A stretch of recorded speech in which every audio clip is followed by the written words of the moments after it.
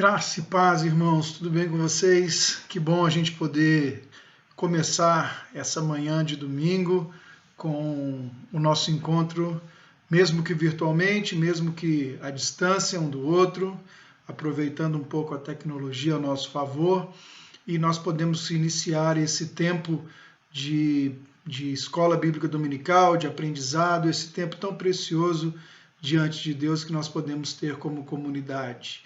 Nós começamos hoje um novo módulo de ensino. Antes de começar, vamos orar, vamos colocar diante do Senhor a nossa manhã e as nossas conexões e tudo que vamos fazer, pedindo ao Senhor que nos dê graça e nos dê misericórdia nessa manhã e nos ajude a absorver o máximo do conteúdo que a gente puder. Vamos orar então? Pai, muito obrigado por cada um dos meus irmãos que se encontra agora online, conectado, assistindo esse vídeo. Seja nesse domingo de manhã ou em algum outro horário, a minha oração é que esse conteúdo comece a ter efeito na vida do meu irmão e ajude o meu irmão no processo de aprendizado. Nos ajude também como igreja no processo de construção daquilo que o Senhor nos chamou para ser e vivenciar.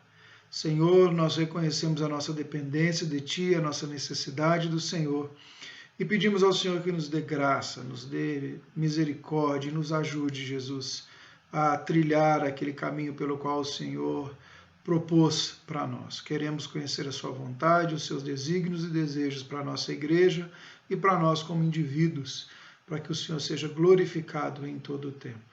Essa é a minha oração em Cristo Jesus. Amém e amém. Hoje começamos um novo módulo. Eu vou colocar na tela para você ver a artezinha que nós fizemos. O nome desse módulo é Revitalizar. Revitalizar é um processo pelo qual todos nós precisamos passar, vivenciar, experimentar, e como igreja e como organização, ele é extremamente necessário para toda organização. Revitalizar é parte do processo de vida e de sobrevivência que todas as instituições, que todo o organismo precisa fazer. Nosso corpo faz isso diariamente. Se você acordou hoje, várias células foram revitalizadas, várias células morreram, outras células nasceram. É parte da vida. Enquanto há vida, há esse processo de revitalização. E nós vamos entrar então nessa jornada, nessa caminhada, rumo ao entendimento daquilo que Deus tem para nós. No dia de hoje, na aula de hoje, a gente vai começar dando uma introdução do que vão ser os próximos módulos, de como que a gente está pensando aqui pela frente, e eu espero ter você nessa caminhada conosco, enquanto a gente vai descobrindo, redescobrindo aquilo que Deus tem para nós. Amém? Então vamos começar pensando o seguinte: nós vivemos hoje um tempo de grandes mudanças. Nós vivemos hoje um momento onde o mundo tem mudado drasticamente, o mundo tem mudado profundamente. Nós estamos experimentando coisas que a gente não imaginava, não é mesmo? Se você parar para pensar há 10 anos atrás, muito da tecnologia, muito do que a gente vive hoje, o que a gente faz hoje, era praticamente impensável. Ou se você voltar alguns anos atrás, eu não sei, esses dias atrás a gente estava revisitando alguns filmes antigos e eu fui assistir De Volta para o Futuro, e no De Volta para o Futuro tem algumas coisas que eles previam que já aconteceriam em 2015, né? O skate voador, o tênis que amarrava sozinho. Algumas delas não aconteceram, o carro voando, né? Não aconteceu ainda. Mas, por exemplo, isso que nós estamos fazendo aqui era algo previsto pelos editores do filme.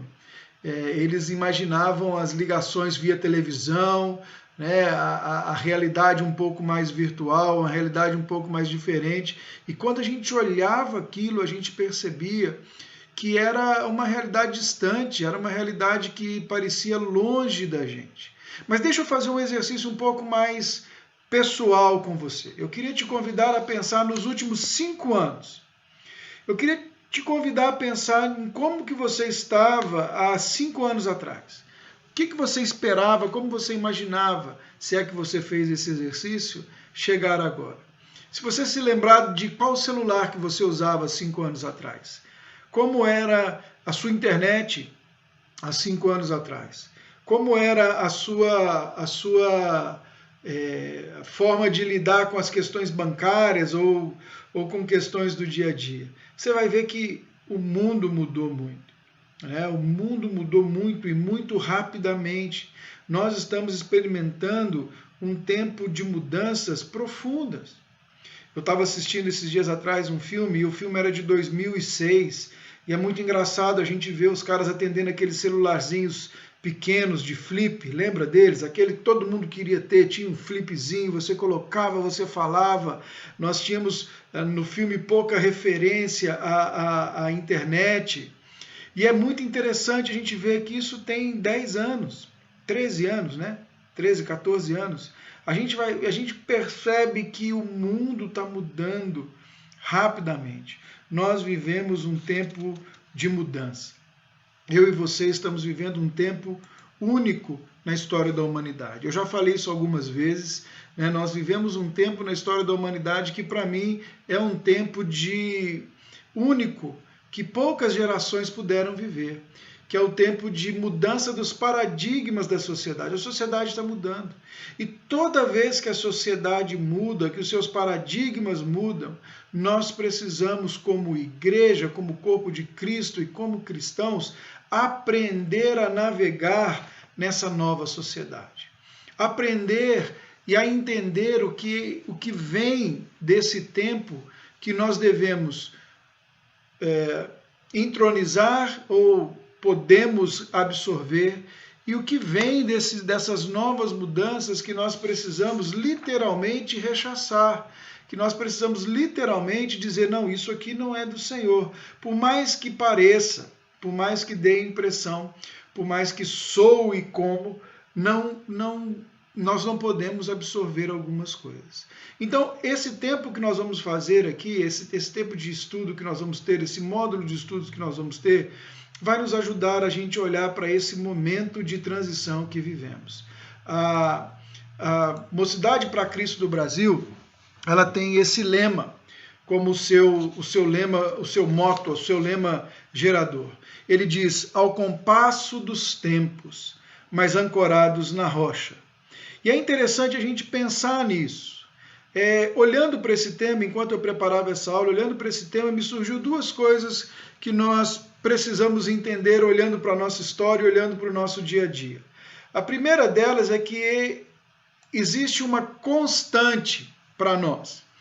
E essa constante é o compasso dos tempos. A única constante que nós sabemos, ou que nós sabemos que vai acontecer, a única coisa que permanece acontecendo ao longo da história é a mudança. A mudança é uma constante. Ela virá. Mais cedo ou mais tarde, ela virá. Ela vem em forma de ciclos da vida. Então, se você olhar para a sua vida, se você que tem filhos, vai olhar para a sua vida, você vai ver que seus filhos foram infantes, foram crianças pequenas, bebês, elas foram crescendo, foi trazendo mudanças, de repente eles são crianças, agora eles deixam de ser crianças e passam a ser pré-adolescentes, e eles deixam de ser pré-adolescentes e passam a adolescer. Cada fase dessa vem com um novo desafio de vida. Eles deixam de ser adolescentes e passam a ser jovens. Alguns dos que estão me escutando agora já são avós, o que quer dizer que você já não tem mais filhos pequenos, mas você tem agora nora ou genro, e você tem netos, e os seus filhos agora talvez já não dependam tanto de você. A única constante é a mudança. Quer você queira ou não, seu filho cresceu. Se você continua tratando ele como um bebê, aí é um problema, mas que seu filho cresceu, o seu filho cresceu. O compasso dos tempos é uma necessidade. Os ciclos da vida vêm. A gente vai se reinventando, a gente vai aprendendo a viver nesses ciclos da vida. Então, quando a gente olha para esse lema, para o lema da MPC, a gente vai ver que o compasso dos tempos é algo que vai nos alcançar. A mudança virá. A mudança é uma constante, ela sempre acontece, ela é rotineira, ela vai acontecer, de tempos em tempos ela vai ser mais brusca, mas diariamente pequenas mudanças vão acontecendo.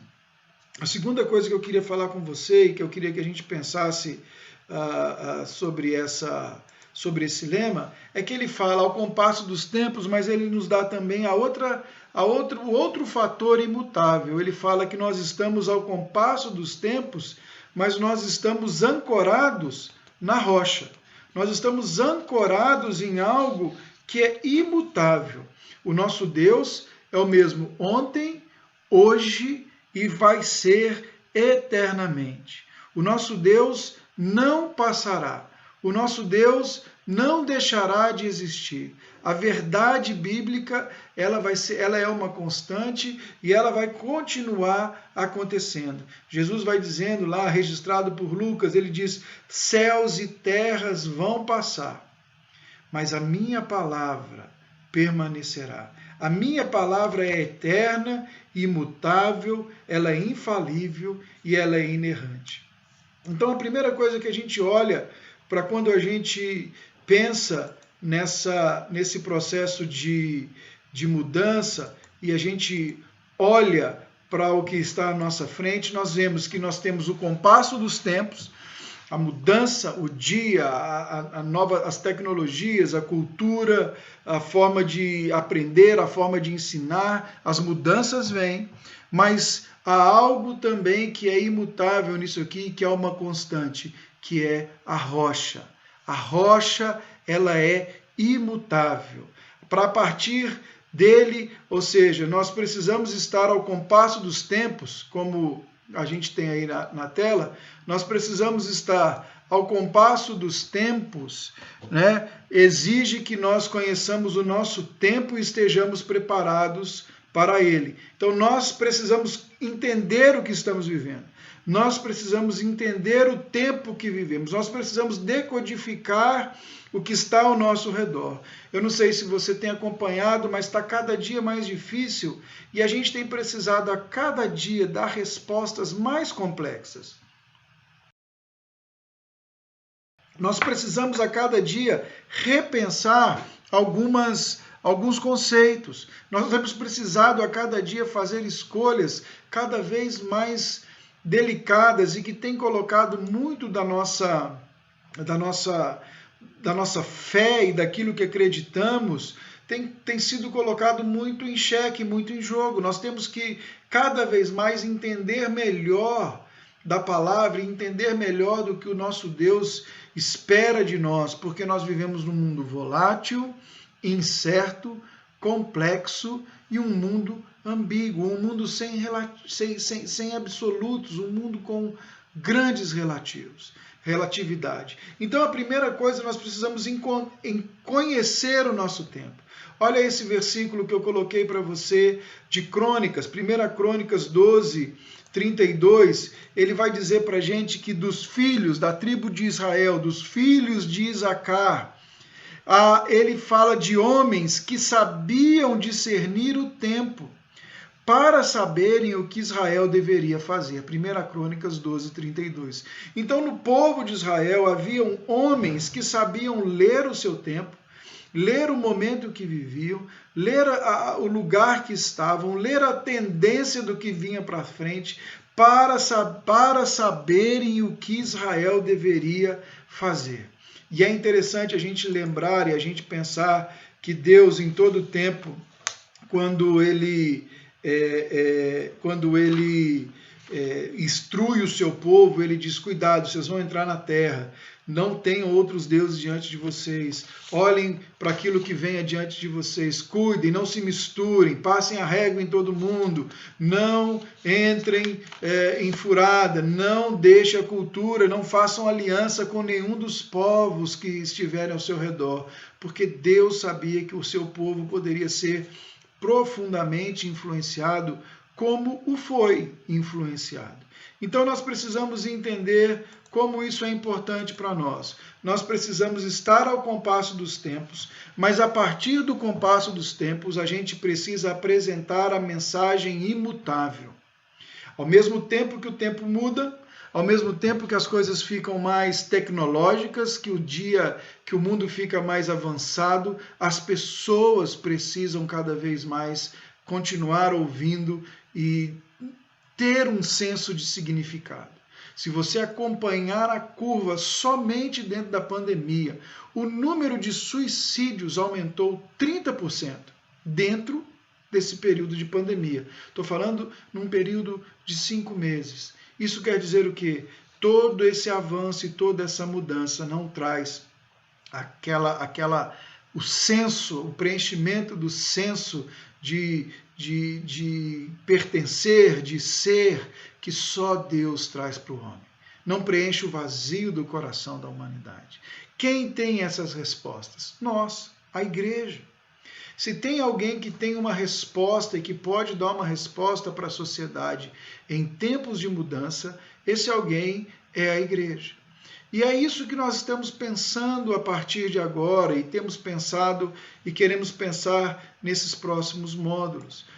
Nesses tempos de mudança, exigem que nós sejamos como os filhos de Zacar, que nós saibamos o que fazer. Nós saibamos discernir o nosso tempo para poder apresentar a todo aquele que estiver ao nosso redor.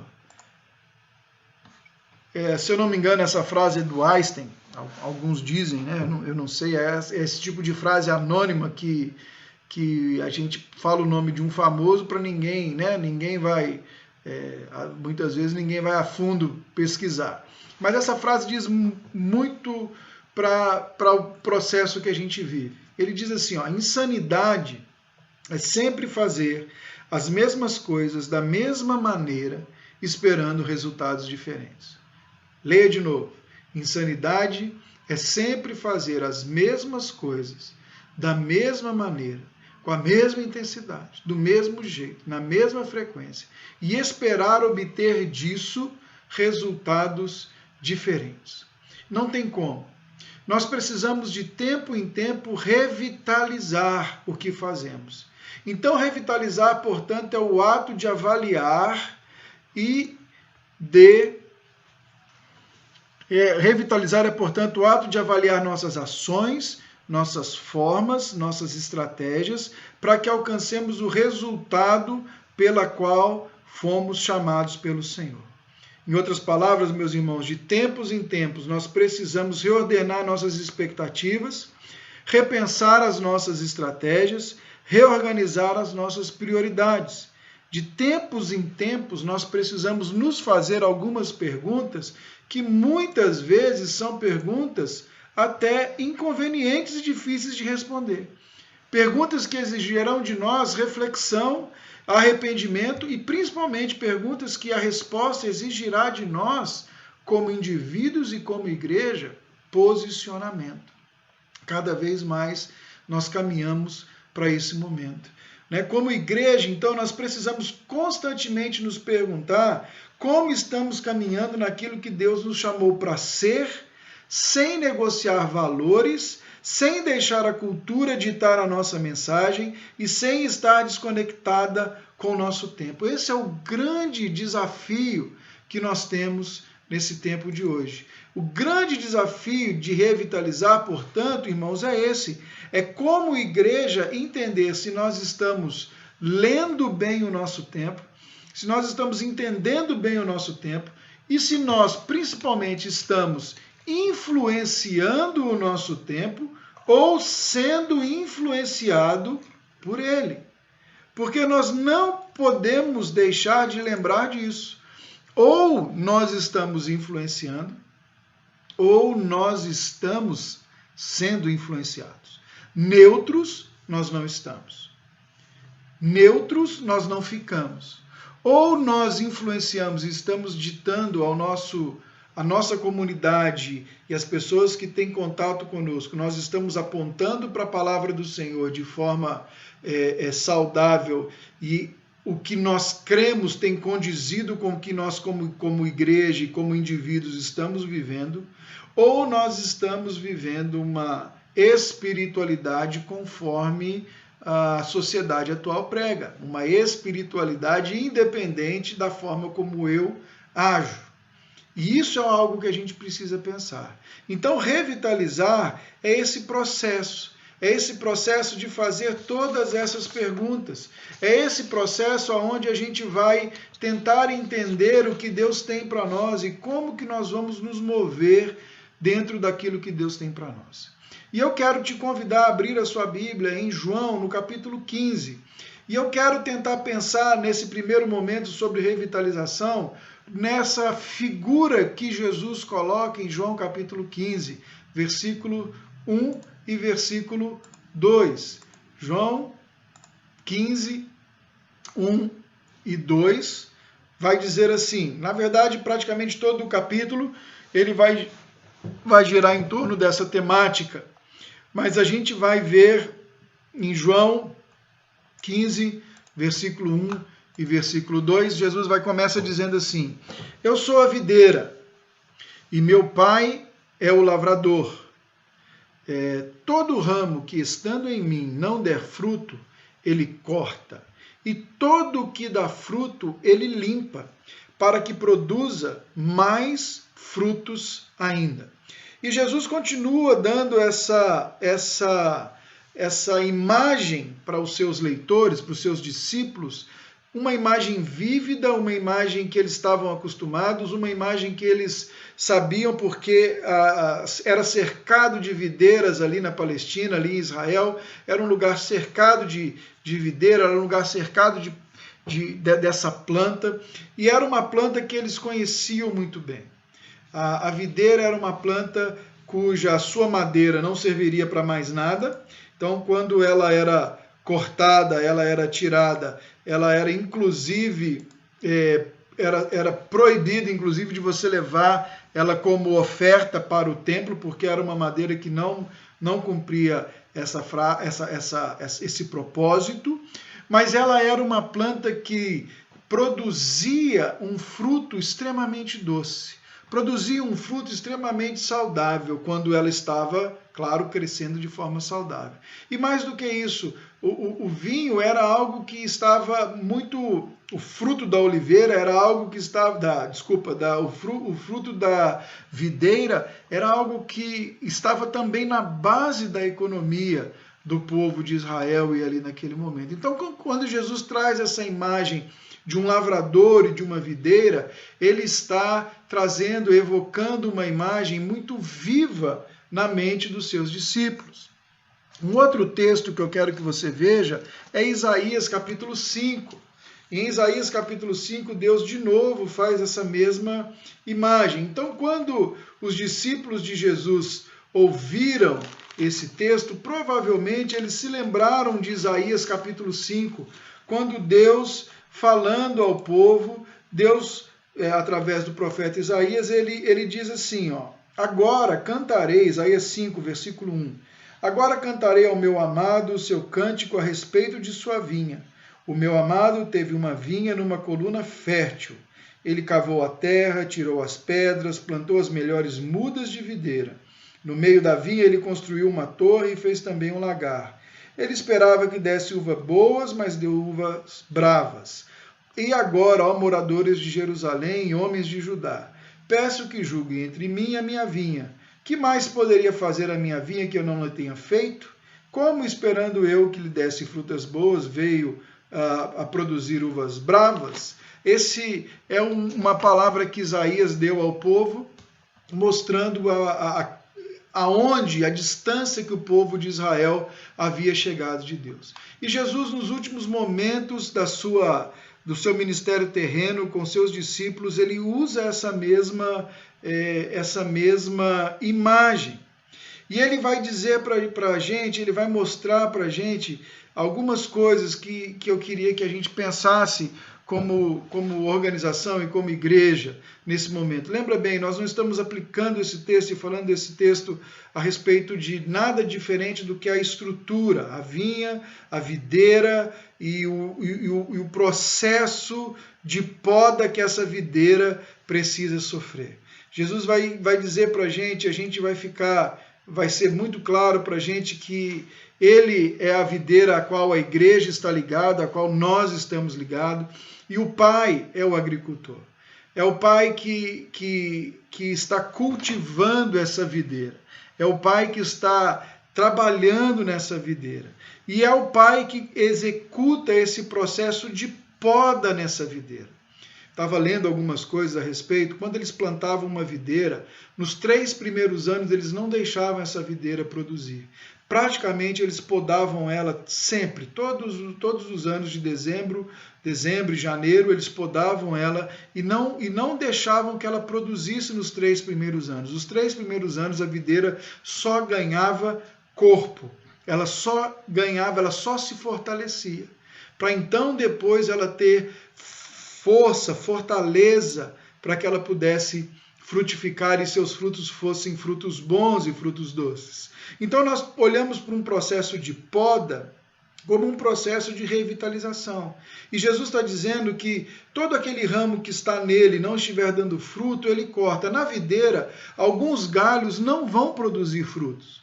Alguns galhos vão estar ali só sugando a seiva, só tirando energia dessa videira. Então, esses galhos precisam ser retirados. Esses galhos precisam ser cortados, assim como todo e qualquer galho de uma árvore frutífera que você faça uma poda. Você poda aquilo ali, você tira aquele galho para que a árvore tenha menos desgaste na sua seiva e possa concentrar mais elementos e nutrientes naqueles lugares ali aonde vão produzir e naqueles galhos que vão produzir. Então esses galhos precisam ser podados. Um processo de revitalização é como um processo de poda. Ele é um processo doloroso porque ele é um processo que vai nos levar, meus irmãos, a avaliar em nós e avaliar no nosso cotidiano, avaliar na nossa caminhada como igreja. Ele vai nos levar a avaliar tudo aquilo que tem apenas roubado a seiva, dificultado a nossa produção, ou até mesmo mirrado os nossos frutos. De tempos em tempos, a gente precisa entrar nesse processo de poda, deixar que Deus faça isso em nós. Mesmo sendo cristãos, crentes, evangélicos há tanto tempo, talvez a gente possa estar com alguns galhos, crescendo desordenadamente, que precisam ser podados. Então, quando nós olhamos para um processo de revitalização, nós vamos perguntar se os nossos métodos, se aquilo que fazemos, os nossos modelos, os nossos ministérios, se como a gente trata o que a gente trata, se isso continua pertinente ao nosso tempo.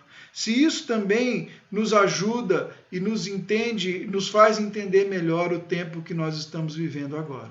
Eu me lembro, lá no início da nossa base, nós experimentamos algumas coisas muito interessantes. Ministérios que nasceram como resposta específica a um tempo. E a gente demorou a aprender, eu demorei a aprender algumas coisas que ministérios, muitas vezes, ou ações, não vou chamar de ministérios, deixe-me chamar de ações. Algumas ações que nós fazemos, elas são pontuais e são respostas para um determinado momento. E essas ações, elas têm um ciclo de vida. E chega um momento que é doloroso você entender que você precisa encerrar. Normalmente, no ministério, a gente demorava para encerrar as ações porque nós pensávamos com o coração e não tanto como os filhos de Zacar olhando para o nosso tempo.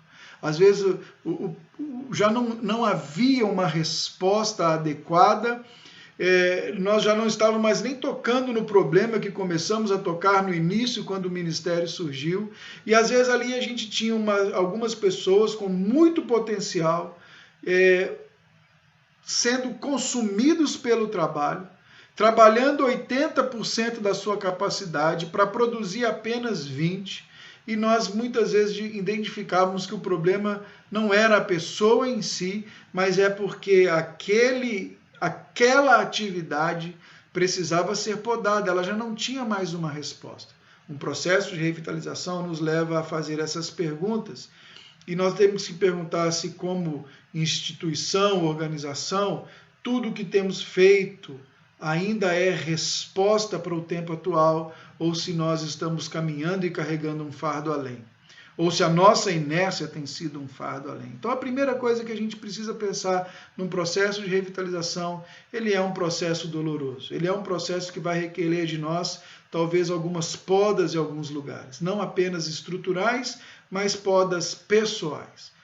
Outra coisa que esse processo também vai fazer, e você vai lembrar uma das pregações que nós ouvimos sobre esse texto, quando nós falamos sobre o Eu Sou, foi inclusive o Cassandro que pregou, ele vai dizer que essa palavra que ele o corta, ele coloca, ele o corta, ele o limpa, é a palavra airo, que é aquela ação de Deus, né, do lavrador, pegar aquele galho que está ali abafado, que está ali sobre um monte de folha, limpar ao seu redor e reposicioná-lo de tal forma, levantá-lo de tal forma que ele pegue mais ar, pegue mais luz, que ele consiga absorver melhor os nutrientes do solo, melhor os nutrientes do sol, que a água chegue até ele com mais tranquilidade, e aí ele então pode produzir e frutificar em todo o seu potencial. Revitalizar também é um processo, meus irmãos, de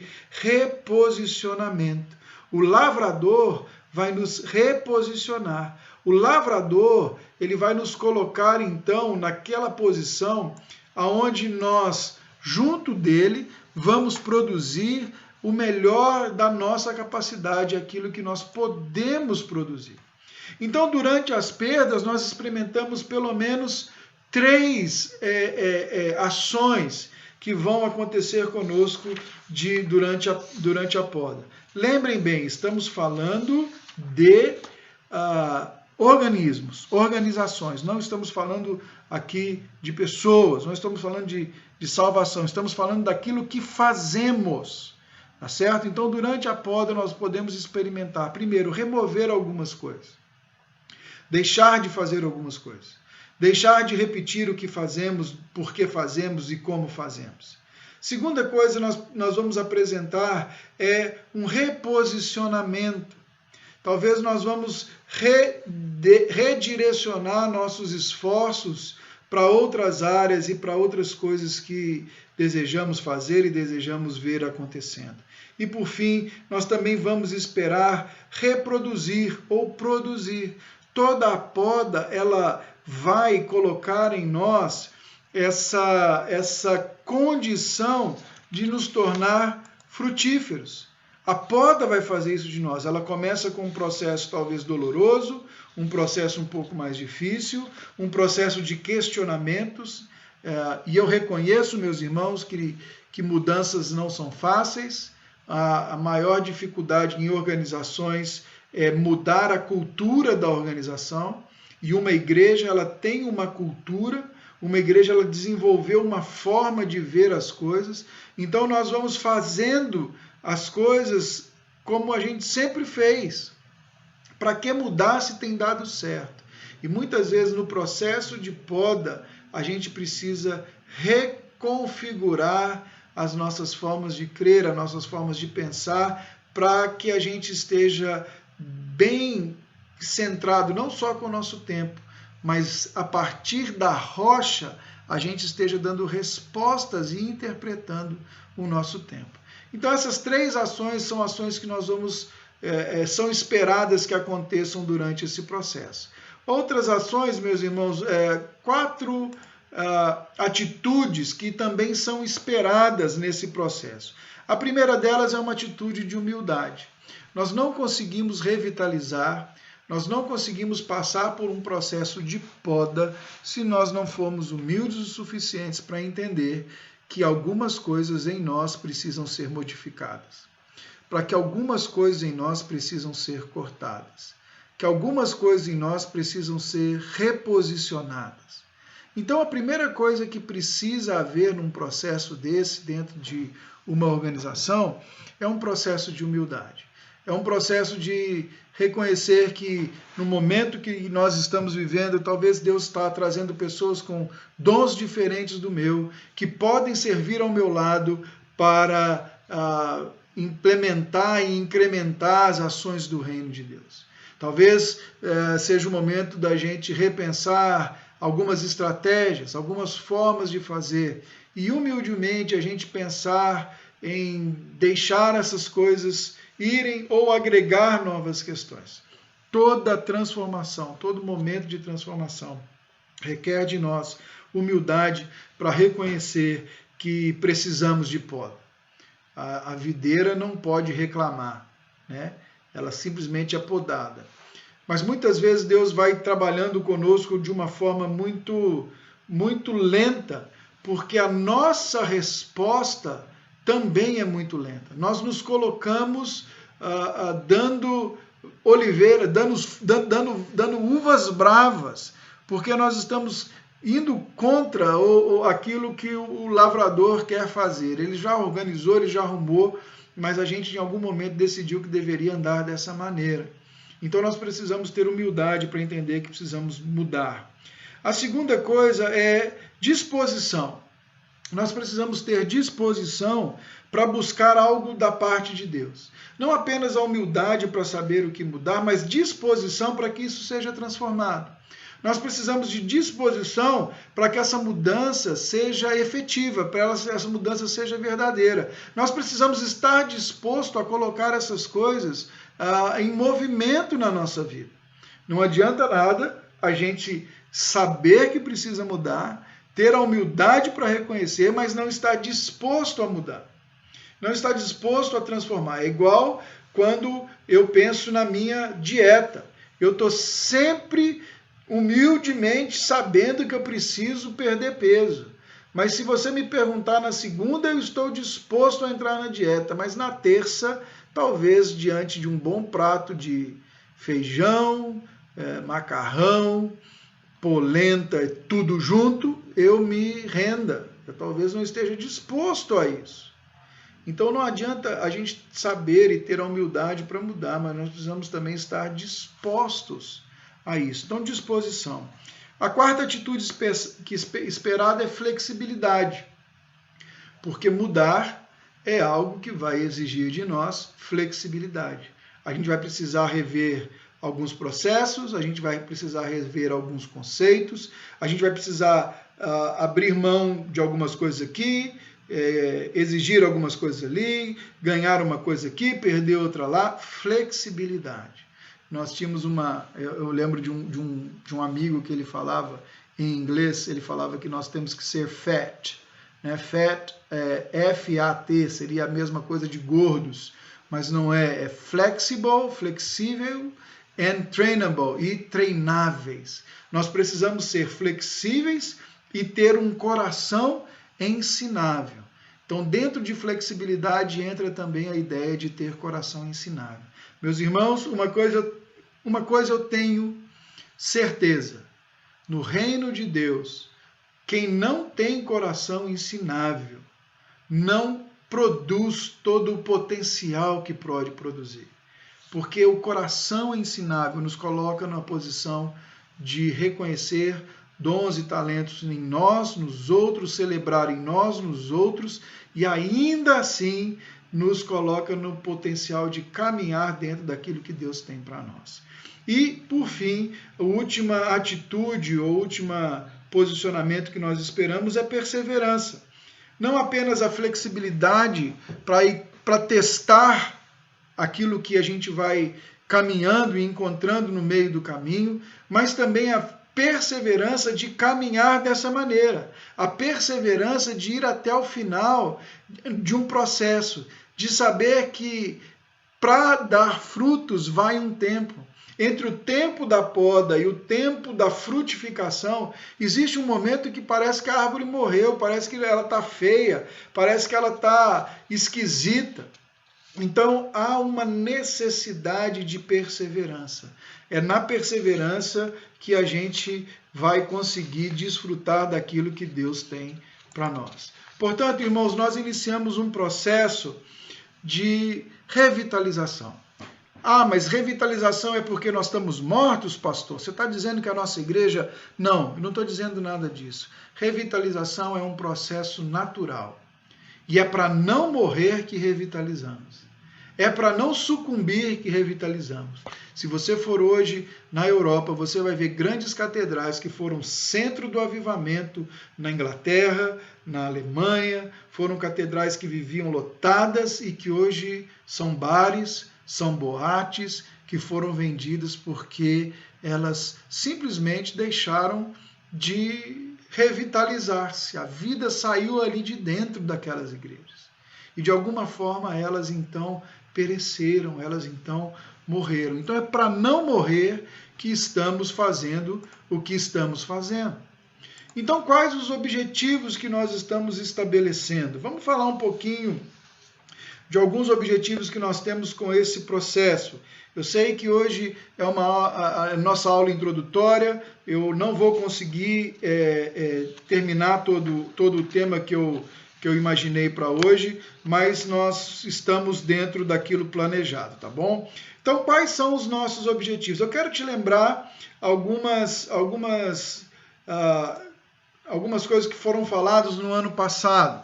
Colossenses, capítulo 1, versículo 28, Paulo escrevendo aos Colossenses, ele está dizendo que este Cristo que nós anunciamos, advertimos a todos e ensinamos a cada um em toda a sabedoria, a fim de que apresentemos cada pessoa perfeita.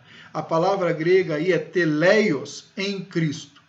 Colossenses 1, 28. Depois, se você quiser ler lá, leia o 27, leia o 29, e você vai entender todo esse processo. No 27 ele diz que Cristo em nós, esperança da glória. E ele fala, esse Cristo que nós anunciamos, nós advertimos todos, nós ensinamos a todo mundo, é para que o fruto desse ensino e do nosso trabalho seja apresentar às pessoas de forma maduras. Talvez a palavra perfeito para nós, ela assume uma condição de inerrância. Mas aqui essa palavra está dizendo de pessoas que vão amadurecendo. Então o nosso objetivo, o meu objetivo enquanto pastor dessa igreja, pelo tempo que eu pastorear essa igreja, o meu objetivo dentro do chamado e do meu ministério é promover homens maduros em Cristo Jesus.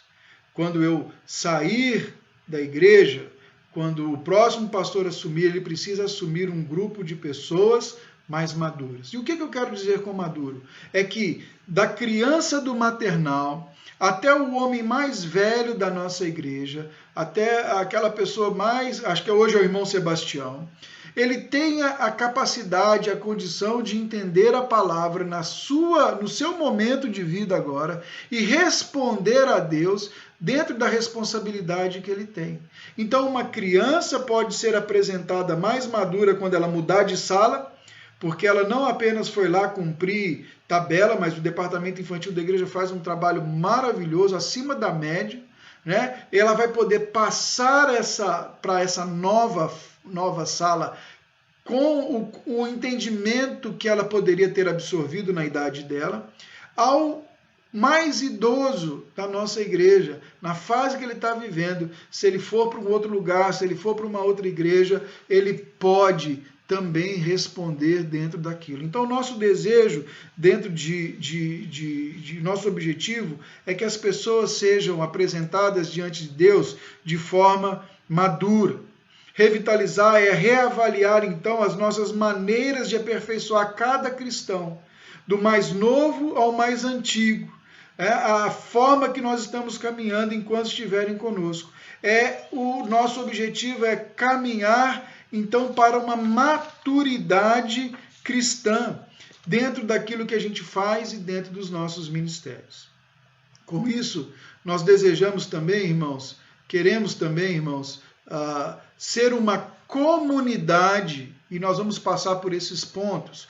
Queremos ser, como objetivos, uma comunidade de discípulos que se empenham em representar bem a Cristo Jesus.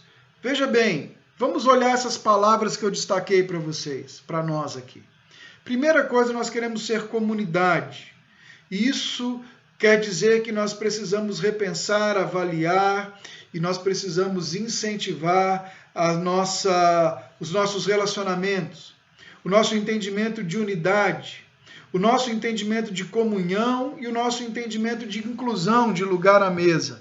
Olha que interessante, nós estamos vivendo a pandemia, nós estamos vivendo esse momento difícil e nós conseguimos, de alguma maneira, criar um movimento de comunidade. Por quê? Porque esse é um dos nossos valores. Se você olhar, eu já falei isso várias vezes, isso é mérito do Cassandro, mérito do Ricardo, do Adão, das meninas lá da mídia, nós conseguimos dar um salto na qualidade daquilo que a gente fazia online, do primeiro culto para o dia de hoje, para o culto de hoje à noite. Você consegue perceber isso. Nós estamos explorando grupos de WhatsApp, nós estamos conversando uns com os outros, ainda não estamos perfeitos, mas nós ainda temos um senso de comunidade, um senso de pertencimento. No meio da pandemia, irmãos, no meio da pandemia, nós apresentamos 2 crianças. No meio da pandemia, nós recebemos 2 famílias como membros da igreja, 2 ou 3 famílias que querem ser membros da nossa igreja. Então, a igreja continua se desenvolvendo na ideia de ser uma comunidade. Que tipo de comunidade queremos ser? Uma comunidade de discípulos, uma comunidade que tem uma cosmovisão bíblica, uma comunidade que segue a Jesus e uma comunidade que é obediente ao Senhor. Discípulos de Jesus, vocês não são discípulos do Gustavo. Você não vai me vir dizer assim, meu discípulo fulano, meu discípulo ciclano, eu tenho um discípulo, eu tenho... Não, esse não é um linguajar nosso. Nós entendemos que eu represento a Jesus, assim como você representa Jesus, e as pessoas que caminham conosco, nós apontamos para Jesus. Ele é discípulo de Jesus. Ele tem que espelhar em mim, mas eu tenho que apontar para Jesus. Então nós somos discípulos porque a nossa cosmovisão é bíblica, porque nós seguimos a Jesus e porque nós obedecemos a Jesus. Então o nosso ponto é apontar para Jesus. Outra coisa que nossa comunidade deseja, o nosso objetivo nesse processo, é entender o que significa representar a Jesus, representar bem Cristo Jesus. E aqui são 2 pontos que eu quero falar com você. Representar bem é uma comunidade que é missionária e uma comunidade que é missional. Qual que é a diferença e o que é isso aí? Uma comunidade missionária é uma comunidade que está pronta para pregar a Jesus fora dos seus limites geográficos. Uma comunidade que está pronta para falar de Jesus fora dos seus domínios. É uma igreja que investe em missões além-mar, é uma igreja que investe em missões nos bairros da sua cidade, é uma igreja que investe em ação social no sentido de alimentar e de também levar uma mensagem de vida. E uma igreja missional é a igreja que você é no seu dia a dia. É a igreja que cada cristão é no desenvolvimento da sua profissão, no desenvolvimento dos seus negócios, nas suas relações com as pessoas ao redor dela. Então, enquanto mandar pessoas investir lá no Afuá é importante, também é extremamente importante quando você aí na sua ação, quando Adonias na ação do trabalho dele, quando o Cassandro na ação do trabalho dele, quando os irmãos na sua ação de trabalho podem representar a Jesus e mostram toda a glória e dão toda a glória ao nosso Senhor enquanto trabalham. E a última palavra que eu selecionei aí é a palavra Cristo Jesus. Também queremos ser uma comunidade cristocêntrica, uma comunidade onde a nossa adoração, o nosso culto e tudo que fazemos esteja apontando para Jesus. Então, nós pensamos em igreja, em nós como comunidade, como um organismo único. Veja bem, não uma organização, não apenas um CNPJ. Nós temos um CNPJ, nós precisamos ter um CNPJ, nós temos um prédio, nós temos limites, nós temos estatutos, nós temos formas de fazer as coisas. Isso é maravilhoso, mas nós somos mais do que uma organização. Nós somos um organismo. E esse organismo ele é único. Igreja como a nossa, só nossa. A Igreja Batista Nacional de Vila Holanda, irmãos, pensem bem nisso. Nós somos únicos. A nossa história começou há 46 anos atrás, porque Deus tem um propósito único para nós, como igreja local. Nós não precisamos desejar o que a igreja vizinha do bairro tem, ou o que a mega igreja famosa que tem ali faz. Nós não precisamos desejar nada disso. Nós somos um organismo único, e como um organismo único, nós temos a nossa forma de crescer, nós temos a nossa forma de fazer, e o principal que nós precisamos é responder ao Senhor. Revitalizar, portanto, eu quero deixar isso bem claro, não é uma fórmula mágica de crescimento. Nós não vamos passar nesse módulo aqui pensando em 12 maneiras de aumentar o número de novos convertidos. Nós não vamos fazer isso, não é essa a ideia. Nós vamos olhar para como podemos pregar a mensagem de Jesus com tanta eficiência que as pessoas que nos escutem queiram segui-lo. Porque nós somos bons? Não, porque a palavra transforma. O Evangelho é o poder de Deus para transformar vidas. E se eles olharem para a nossa comunidade e identificarem Jesus na nossa comunidade e quiserem caminhar conosco nessa caminhada de ser maduro e de alcançar a Jesus, eles são bem-vindos. Somos um organismo único. Não estamos desejando aquilo que outros têm, nós queremos o que Deus tem para nós. Nós queremos saber como Deus quer nos ajustar e como Deus quer nos levar ao crescimento, porque Deus nos deu dons para que nós possamos servir aos santos. Efésios 4, do 11 ao 13, vai dizer isso, que Deus distribuiu dons no corpo no qual ele é o cabeça, e esse corpo cresce à medida que esses dons são executados, para que todos nós cheguemos ao pleno conhecimento de quem Deus é. Então nós somos um organismo único, que cresce no seu ritmo, mas integralmente em todas as áreas, ele precisa crescer em todas as áreas e em todas as faculdades. Você vai lembrar dessa imagem aqui. Não sei se você vai lembrar, mas eu vou colocar aqui, vou até sair da tela. Primeira coisa, nós pensamos em crescer para cima, que é buscar qualidades espirituais e de fidelidade, expressando isso na vida da igreja e expressando isso de forma individualmente. Nós queremos crescer na direção da nossa relação para com Deus, das palavras, dos estudos, daquilo que nós vemos, olhamos, pensamos, almejamos e definimos como prioridade. Nossa prioridade primeira está em crescer para cima, buscando ao Senhor, buscando direção do Senhor.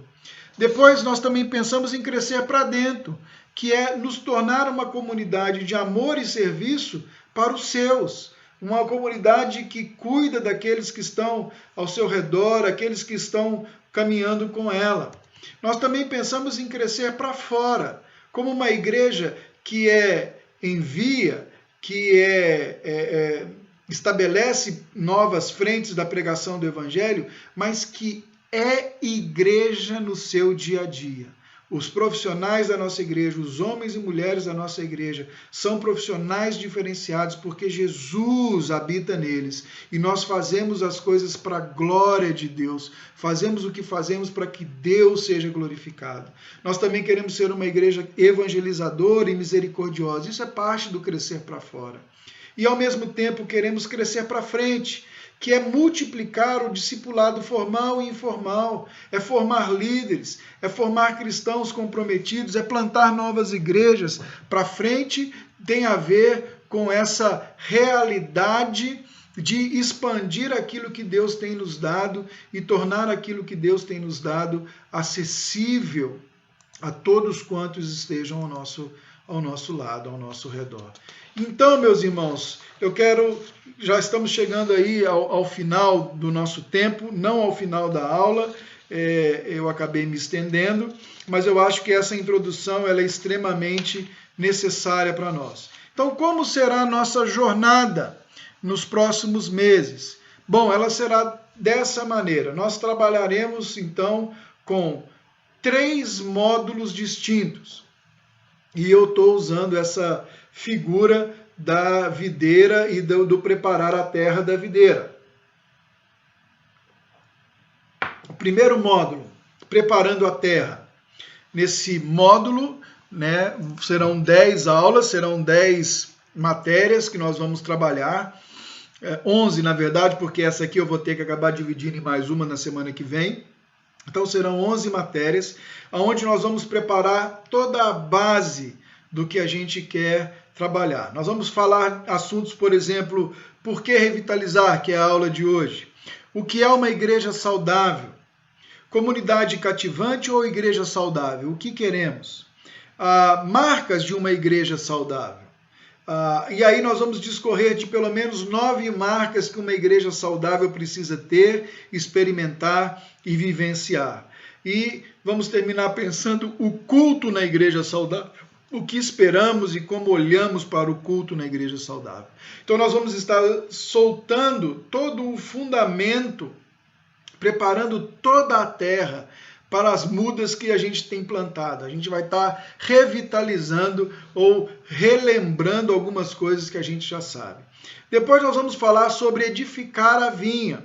Nesse módulo nós vamos trabalhar um material chamado a treliça e a videira. Nós vamos entender como que a mentalidade de ministério pode ser mudada. Então nós falamos de valores, aí o segundo módulo nós vamos falar da mentalidade de ministério.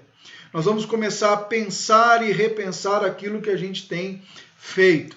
E por fim, o terceiro módulo vai se chamar Frutificando. É quando nós iremos trabalhar um material chamado Projeto Videira, que é como colocar em prática e como chegar a isso que nós entendemos, desejamos e podemos ver de forma concreta que Deus tem para nós. Então nós teremos bastante coisa pela frente. Dentro desse processo nós vamos fazer algumas leituras, vamos ter leituras recomendadas. Esses são os materiais que você vai ver sendo usado nesses primeiros módulos. 9 marcas de uma igreja saudável, ministério do pastor Mark Dever, ministério chamado 9 Marcas, é a editora Fiel, essa literatura. O que é uma igreja saudável? O outro livro é esse Igreja Intencional, do Paul Alexander, e junto com o Mark Dever. E Comunidade Cativante, fantástico esse livro. E esse último livro que tem aí é o livro do pastor Tim Keller, A Igreja Centrada.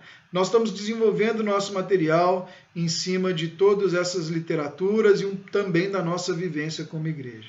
Durante o momento da nossa caminhada, irmãos, durante o tempo de caminhada, nós iremos também disponibilizar para os irmãos alguns materiais de discipulado. Uma jornada de discipulado vai acontecer. Como que ela vai ser? Você vai receber diariamente um áudio e um PDF. Nós vamos ver como vamos fazer isso, se vai ser por um grupo ou se vai ser por lista de transmissão. E você vai receber um guia de estudo, onde uma vez por semana você vai reunir a sua família para o seu grupo familiar e você vai discutir esse material de estudo. São 12 semanas onde a gente vai caminhar pela grande história de Deus.